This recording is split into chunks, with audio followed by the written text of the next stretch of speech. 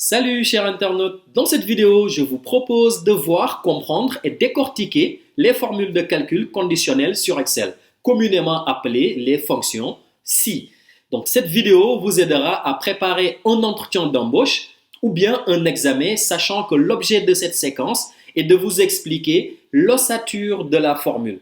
Et si vous avez besoin, bien entendu, de vous entraîner sur Excel ou bien de faire un cours face à face avec nous, n'hésitez surtout pas à nous laisser un commentaire en bas de cette vidéo ou bien vous nous envoyez directement un email à partir de l'adresse email marquée au niveau de la description. Donc j'en profite pour vous demander de vous abonner sur la page car il y aura d'autres vidéos qui vont traiter d'autres thèmes, d'autres cas sur Excel comme la recherche V, les tableaux croisés dynamiques, les graphiques croisés dynamiques, etc. etc. Et ces vidéos-là seront directement sur la page. Donc, n'hésitez surtout pas à vous abonner.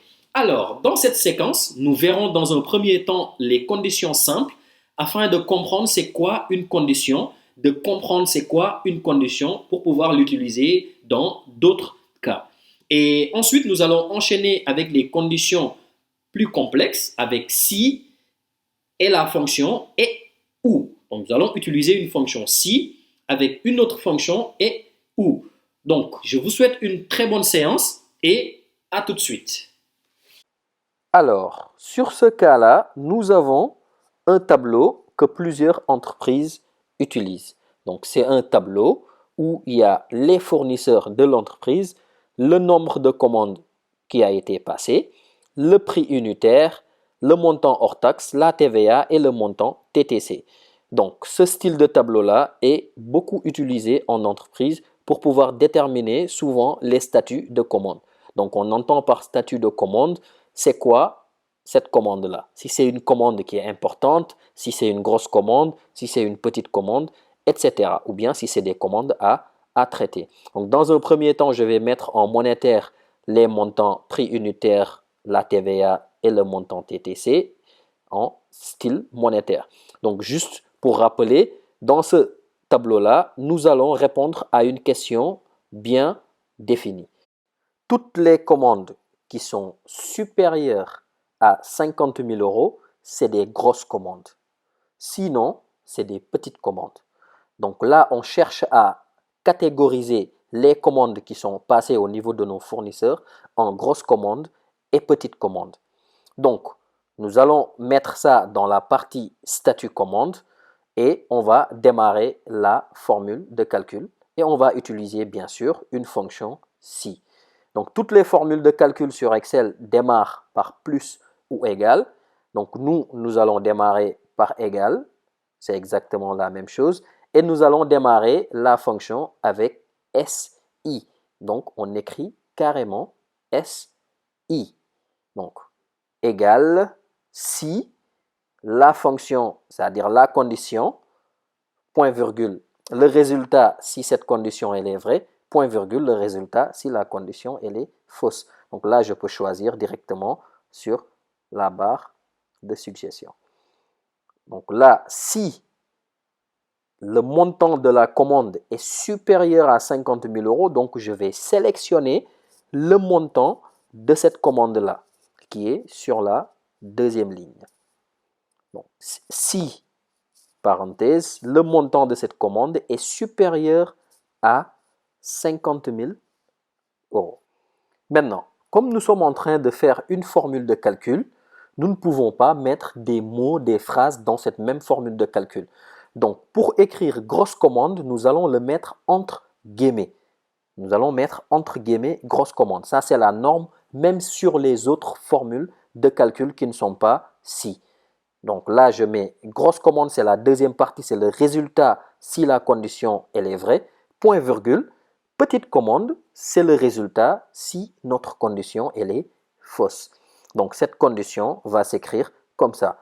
Donc la condition, si ce montant-là, il est supérieur à 50 000 euros, point virgule, grosse commande entre guillemets, sinon, petite commande entre guillemets et j'appuie sur entrée. Et pour pouvoir calculer pour les autres, c'est-à-dire pour savoir le statut de commande des autres, j'appuie sur les deux sur le petit point en bas à droite de ma case et ça me donne le résultat, bien évidemment, pour le reste. Donc ça, c'est pour les conditions et ça me permet de bien vérifier, de faire un contrôle de cohérence pour voir si c'est bien fait, si ma condition, elle est bien effectuée. Donc là, on voit carrément que les petites commandes, on les voit, et les grosses commandes, on les voit carrément. On voit que 90 000 est une grosse commande, 10 000 c'est une petite commande, et vérifiez par vous-même. Vous allez voir que jusqu'à la fin, ma condition a été bonne. Donc là, j'ai étiré la sélection en appuyant sur le petit point en bas à droite de ma formule. Maintenant, je vais vous mettre les différents signes qu'on peut rencontrer sur Excel ou sur une fonction si.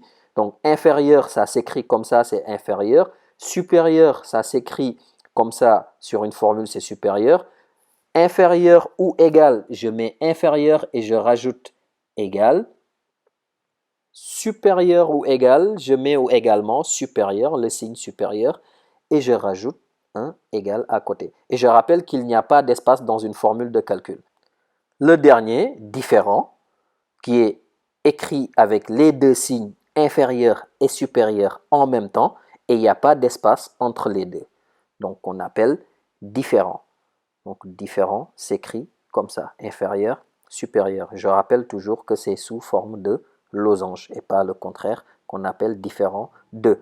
Donc voilà, voici les différents signes qu'on a sur Excel, sur une fonction si, qu'on peut utiliser pour répondre à une question bien définie.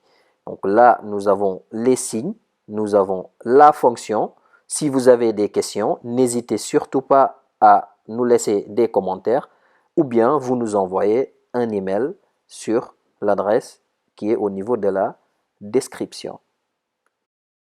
Voilà, nous arrivons à la fin de la première partie de cette formation concernant la fonction si sur Excel. La deuxième partie qui est là, qui est déjà prête, va traiter les fonctions si et ou.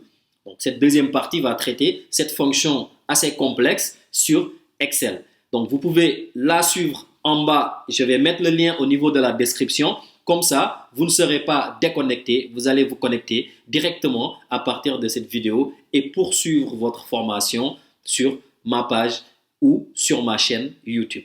Donc, je vous dis à tout à l'heure.